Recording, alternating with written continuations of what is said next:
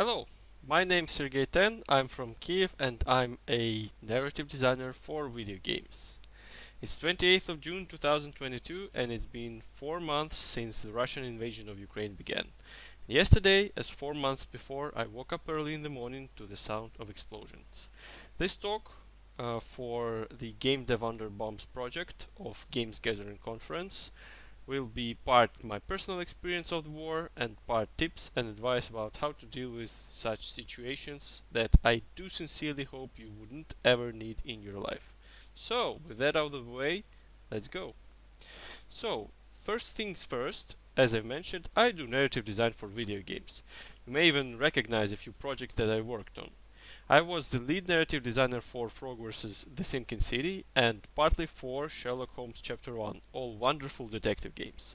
Also, I was one of the lead narrative designers for STALKER 2. Currently, I'm working as a narrative designer for a wonderful studio based in Kyiv called Dreamate, and we're making a story-driven fantasy steampunk action RPG called New Arcline. The choice of project was not random for me, as I love role-playing games and I play live-action role-playing games or LARPs, and I make tabletop RPGs.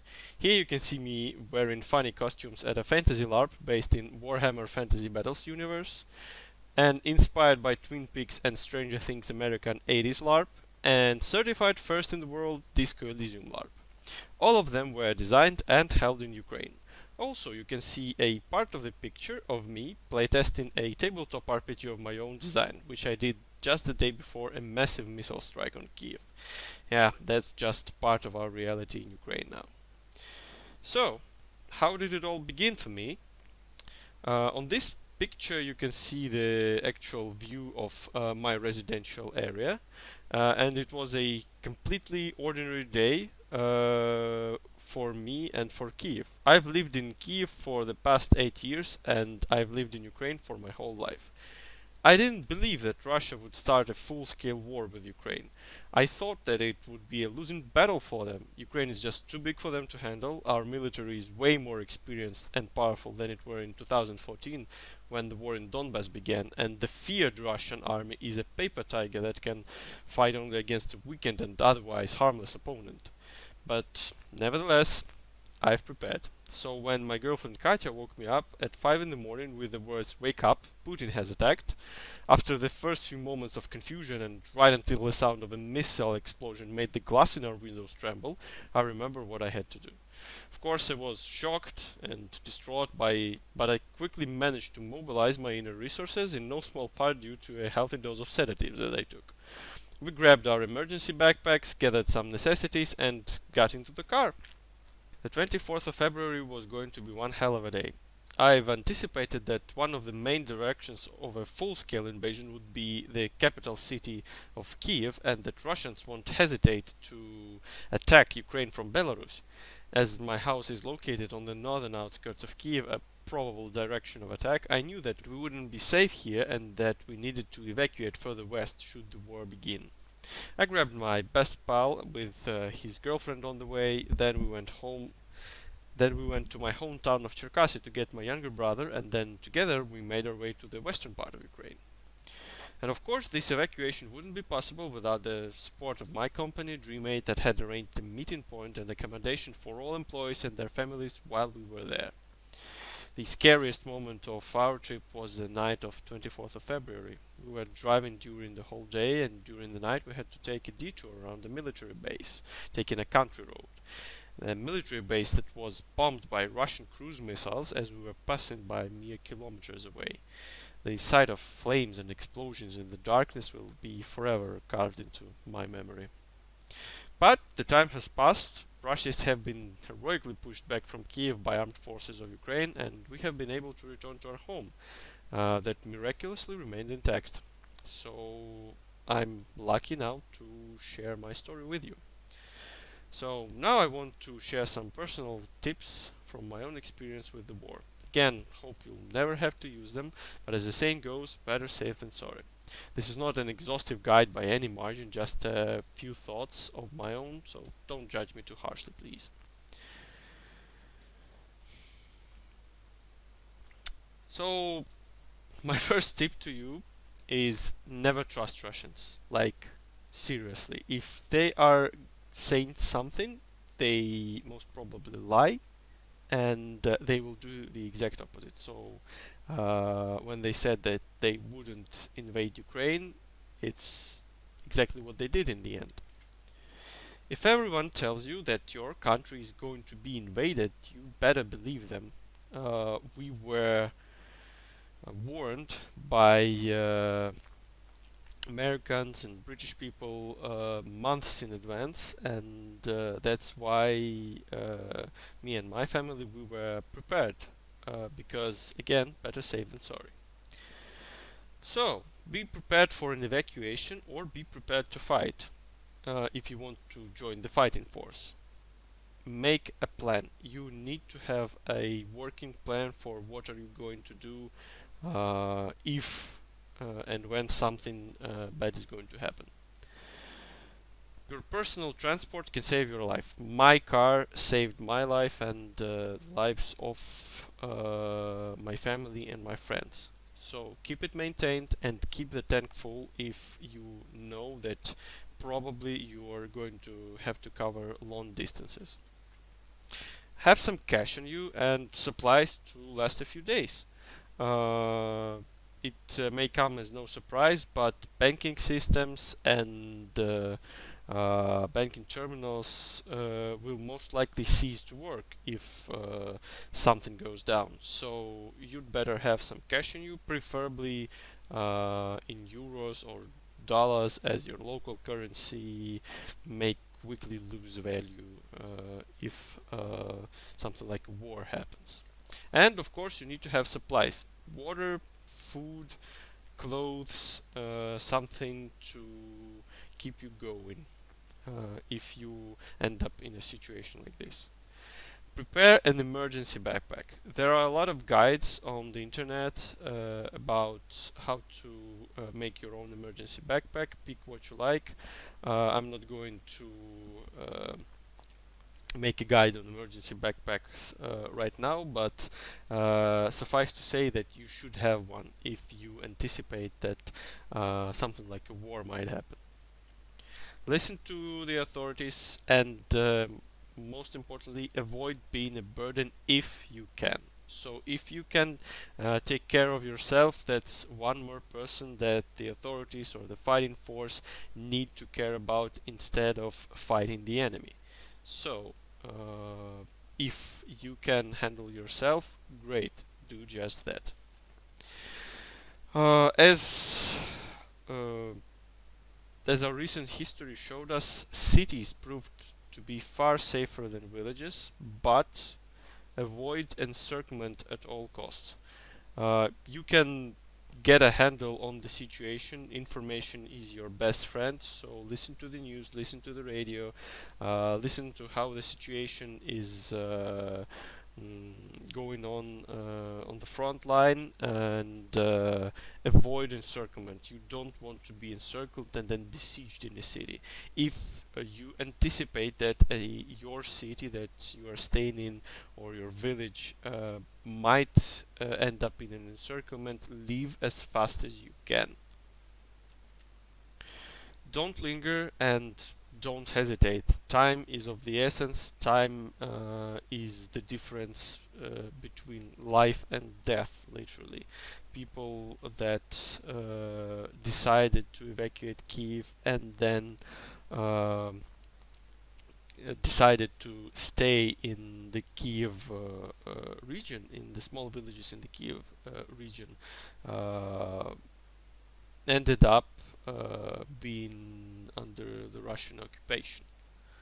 So if you know that you have to evacuate further, you need to do just that.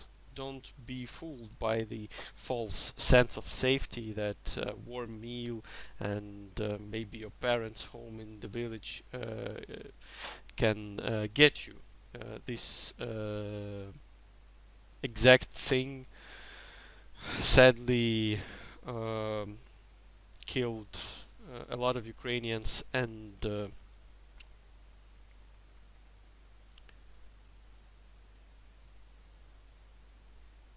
caused suffering to many more.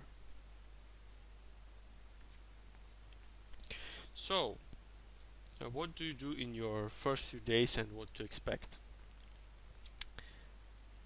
The first thing that you will notice is that time would get very, very, very condensed. Minutes would seem like hours, days would seem like weeks, weeks would seem like years, and that is completely normal.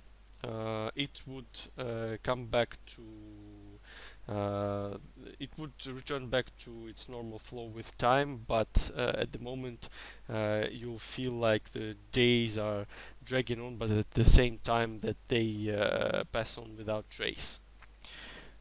Get some rest, get some food at every opportunity that you get. So if you can get a warm meal, if you can manage to lay your head down, do just that.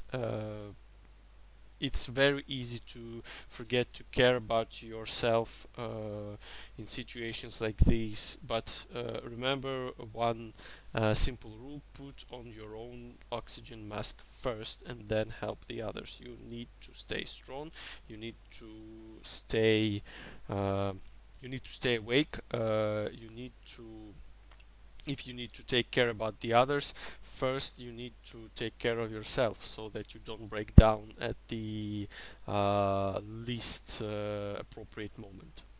Again, time is of the essence. Don't waste time. Don't miss out on opportunities. Listen to authorities. Listen to the news. Listen to the information. Try to get a hold on what's actually going on. Install offline radio apps, keep your devices charged. If you get an opportunity to charge your device, again, do it. For offline radio apps, there are a few of them in App Store or Google Play. They are essential if you lose the cell network coverage, which can happen very easily. Again, as recent history showed us, the first things that the Russians like to take down is the local cell network towers. So you may end up losing any way to communicate. Fuel, food, and cash. Get them if you can. There will be huge crowds at fueling stations and there will be fuel shortages. Thankfully, we didn't have food shortages in the territories that the Russians didn't reach. But otherwise, food becomes a very real issue. And then again, cash. Cash is king. You want to have cash at least until the banking system or what's left of it return to normal, if it ever returns to normal in your situations. Thankfully, our banking system in Ukraine gathered its bearings pretty quickly, and our credit cards didn't turn into just simple pieces of plastic. Doom scrolling is a problem, and it is inevitable. Again, as I said before, you want to know what's going on, and you will see some pretty horrible stuff in the news, and you have to get through it. But it's very easy to get addicted and get distracted by doom scrolling and just looking at the news feed for days and days and days on end. You have to keep it under control to stay productive, because as simple as it is, it eats up your reserves, it eats up your resources, and it takes your time. Let your friends and close ones know that you are alive and where you are, and keep in contact with them. Of course, it may seem obvious, but it's very easy to forget simple things like that when you have a billion other things on your hand. The most important of which is, your survival and the survival of your group. Use sedatives if you have to, but be careful. Again, as I mentioned earlier, I used sedatives on the first day when I had just, gather my bearings to keep myself calm. But use once if you are the driver in your car, if you have a car. You have to be very careful with them because when people are evacuating, when people are panicking, they tend to forget about traffic rules. And as we were evacuating to western parts of Ukraine, we've seen a lot of road accidents, deadly road accidents that happened because people were scared, because people tried to get away as fast as they can, and they just mm, go way beyond the speed limit and couldn't handle their car, so they died, and they didn't die because of enemy fire or artillery or missile strikes. They died because they tried to get to safety. You need to be careful. You need to drive carefully. If you are the driver, you need to preserve fuel. So that's it. If you get to town or to village or a city, first thing that you must learn is where the shelters are, bomb shelters, and where you can get help, where you can get accommodation, where is the nearest volunteer center, where you can provide help if you can, so you have something to do. I'll talk about it later. And where you can get food, where you can take a shower, and so on and so forth. But first thing is that you need to learn where the bomb shelters are, because in our situation, learning where the bomb shelter is were of vital necessity, because in every town that we stopped on our way in Cherkasy and further west, uh, none of those places were safe from missile strikes. And in fact, during our stay in every town that we stayed for longer than a few weeks, there was inevitable a missile strike. So learn where the bomb shelters are.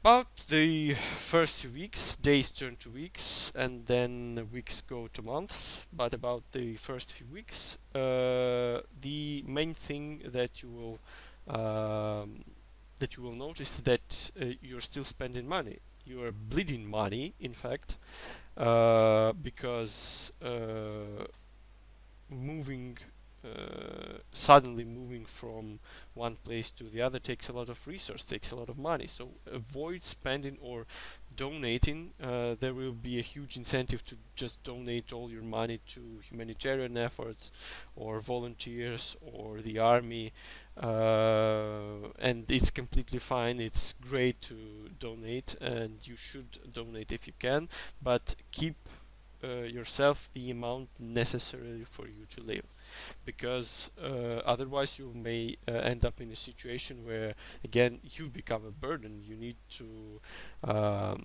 to go and get food instead of buying it and helping the economy. So if you have money, be rational about it, and don't spend it all in one place. Keep a certain amount for yourself. Your worst enemy during the first few weeks is the feeling of helplessness and having nothing to do. Of course, if you didn't join the fighting force or the volunteer force. So, become a volunteer or join the resistance forces if you're ready to do it. If you have the strength, if you have resources to fight or to volunteer to do charity work, there will be a lot of need for that. Uh, again, to fight helplessness and to fight um, not boredom, but just simply having nothing to do because you were just plugged out of your ordinary life. Find yourself something useful, something meaningful to do. Don't ignore air raid warnings. It may sound silly, but after days and days of constant air raid warning, it's easy to get negligent. It's easy to ignore them. But the first few weeks of a large-scale invasion by a country like Russia, that has a lot of cruise missiles, has a lot of ballistic missiles, has a lot of planes.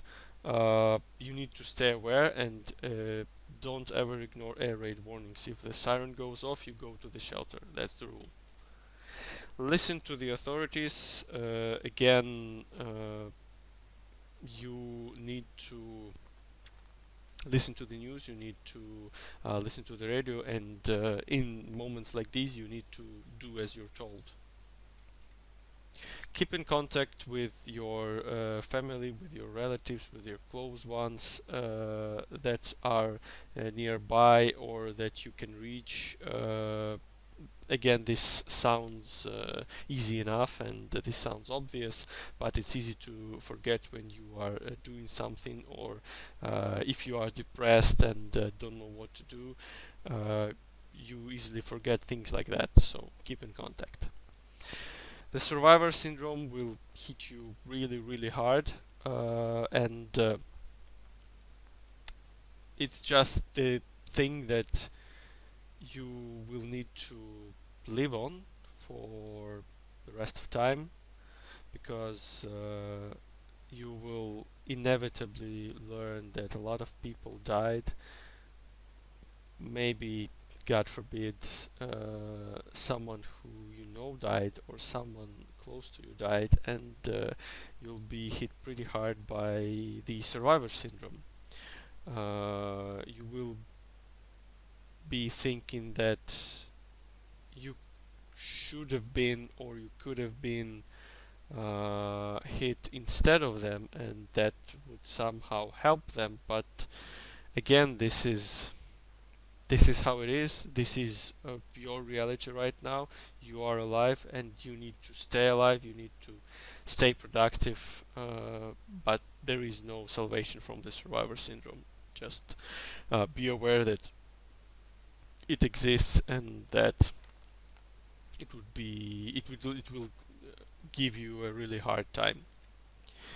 You'll become very tired at some point. I remember one day during the third week of Russian invasion, I simply became very ill for no apparent reason. I just collapsed and slept for a whole day because even though I tried to take care of myself, I was working really hard for a volunteer project, a logistical volunteer project that helped the defense forces of Kyiv, and yeah, you you will just have a lot of pent up pressure, a lot of tiredness, and you borrow those forces from your own body, and you know, there is only so much that it can give you before it collapses, and it's okay. You will become tired and you'll need to rest. You will need to force yourself to rest sometimes, especially if you are doing some meaningful work like being a volunteer. But you need to rest. Again, you need to take care of yourself to stay productive, to help and be to stay helpful to the others for as long as you can.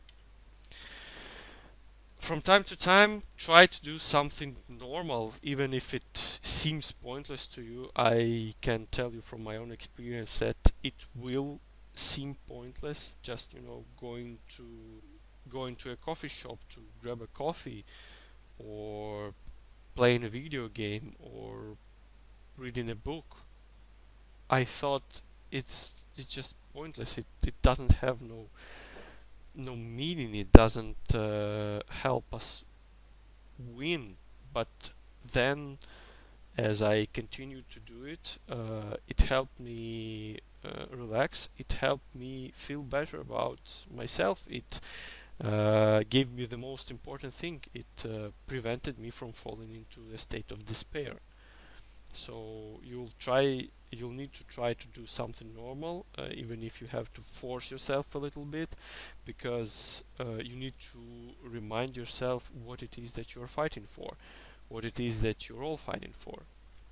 Spread information that helps the resistance. Just spread the truth, spread what's happening, but don't spread misinformation and panic. Panic is your worst enemy, and panic is the worst enemy of the people that stay in the back while others fight. You'll need to provide support to the resistance, and you need to provide support to people that have stayed in the back. So misinformation, and there will be a lot of misinformation, enemy misinformation, you know, just simple panic that's been spread all around by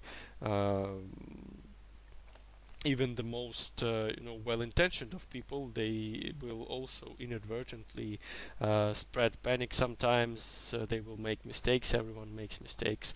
You need to be critical and careful about the information you spread, and avoid doom posting and things like that, things that hurt the morale. So keep calm and think. First of all, think before you press that post button, because informational hygiene and informational warfare is now, in the age of social media, is more important than ever, and it can be the deciding factor about winning a prolonged war that we're having right now, or losing one. As weeks turn to months, you will feel some changes. If you've become a full-time volunteer, or if you've joined the fighting force, great. That's great. You are brave and courageous, and I salute you. But if not, try to get a job if you can, or try to return to your job if you still have one. A lot of people will lose jobs. Thankfully, I didn't, because of the specific part of the jobs that allow us to work remotely. Never thought I'd be saying words like this, but thanks COVID for that. Uh, Try to return to working, to earning money. You will most certainly feel a need for money, but then again, it's easy to fall into despair, and it's easy to just do nothing, which, as I mentioned before, is one of your worst enemies. It will be shitty, and it will again seem pointless. Returning to work, especially, I remember how I felt myself about my job for the first few weeks that I've tried to return to making video games. I mean, what can be more, you know, pointless during the war than making a video game? But at the same time, I reminded myself that I need to earn money. The company needs to earn money, because if the company earns money, it can pay taxes, it can pay my salary, we can donate, I can donate to volunteers and the armed forces and the resistance forces with my money, and you'll have to work and earn money to make the economy go brr, because money is the blood of war. cars don't fuel themselves, tanks don't fuel themselves, guns fire expensive ammunition, soldiers need to eat, soldiers need equipment and ammunition. Soldiers also need payment. Soldiers need their salary, and they are not going to provide they are not going to come out of thin air. The economy has to work, and every person that can work and can find a job that stays behind the front lines, we all need to work, because the modern war is a war of modern wars are wars of economy. First of all, you'll get used to it. Humans are fascinating in that they can adapt and get used to any any sort of situation, and even war is just one of such situations. Very tough one, very unpleasant one, but you'll get used to it. That's the simple truth. You'll get used to air raid sirens. You'll get used to hearing about death and destruction and suffering, and this is a horrible thing to say, but it can desensitize you a little bit. So again, you'll need to remind yourself, what are you fighting for, what are you living for. It can give you, a clear life goal. A situation like this can give you a clear life goal if you didn't have any prior to that, and you can find even new meanings in crisis situations like a war. You learn to love and appreciate small, ordinary, normal things, like being able to grab a good coffee, or to eat something tasty, or to take a hot shower, to take a walk in the park, to see your loved ones, to be with your loved ones, and you learn to appreciate all of it in a new way that I hope will stay with me as I learn to do it. I hope that it will stay with me for the rest of my life, because you just discover how actually flimsy and uneven all the things that we call ordinary, normal life things are, and that we should be grateful for the times that we live in, for all the achievements of humanity, for all the small stuff that we take for granted nowadays. Again, as I've mentioned before, like a hot shower. Uh, it's uh, it's actually a luxury that wasn't widely spread and wasn't widely available for a lot of people, mere 100 years ago, and now we can get one in any normal apartment. The toughest thing to realize is probably to accept that it won't be easy, and that it's going to take a lot of time to win something as big as a full-scale invasion by the second army of the world, the second largest army of the world, because deep inside we all didn't believe that it would happen, and when it began, we hoped for a quick resolution. Like, how long would it take? A week? Maybe a month? Not longer than several months, but it just drags and drags and drags on, and you'll have to accept the reality at some point. You'll have to tell yourself sincerely that it's going to take time and it won't be easy, and you will be restricted in a lot of things. But you again have to be uh, grateful because you're still alive. You can experience all these things, and if you are alive and not wounded, and especially if you still have a home, if you still have a job, that's all luxuries that you are blessed to have, and you need to use them. You need to enjoy them as much as you can, because tomorrow, who knows, a missile might hit your house while you're asleep. It's just, there's nothing certain in your life anymore, and that's how it is. This simple fact struck me. I thought about it like a month and a half in, when the war began, and it took a bit of thinking and telling myself the hard truths about the situation to, completely accept it. But then again, fight the survivor syndrome, because the thing that you have to remember, that every day that you continue to live and every dollar earned or donated helps.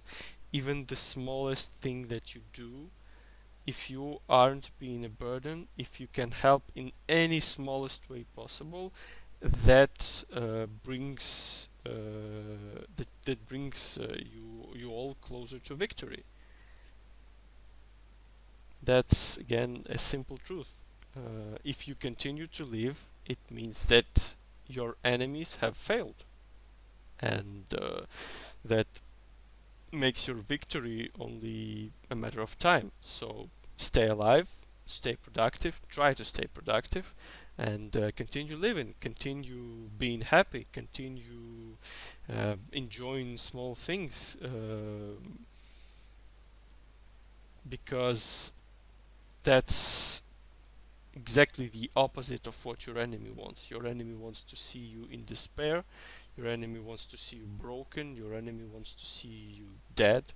Russians want to see us broken and dead, and the worst insult to them that we can make is be happy, is continue working, is continue fighting, continue resisting until we win.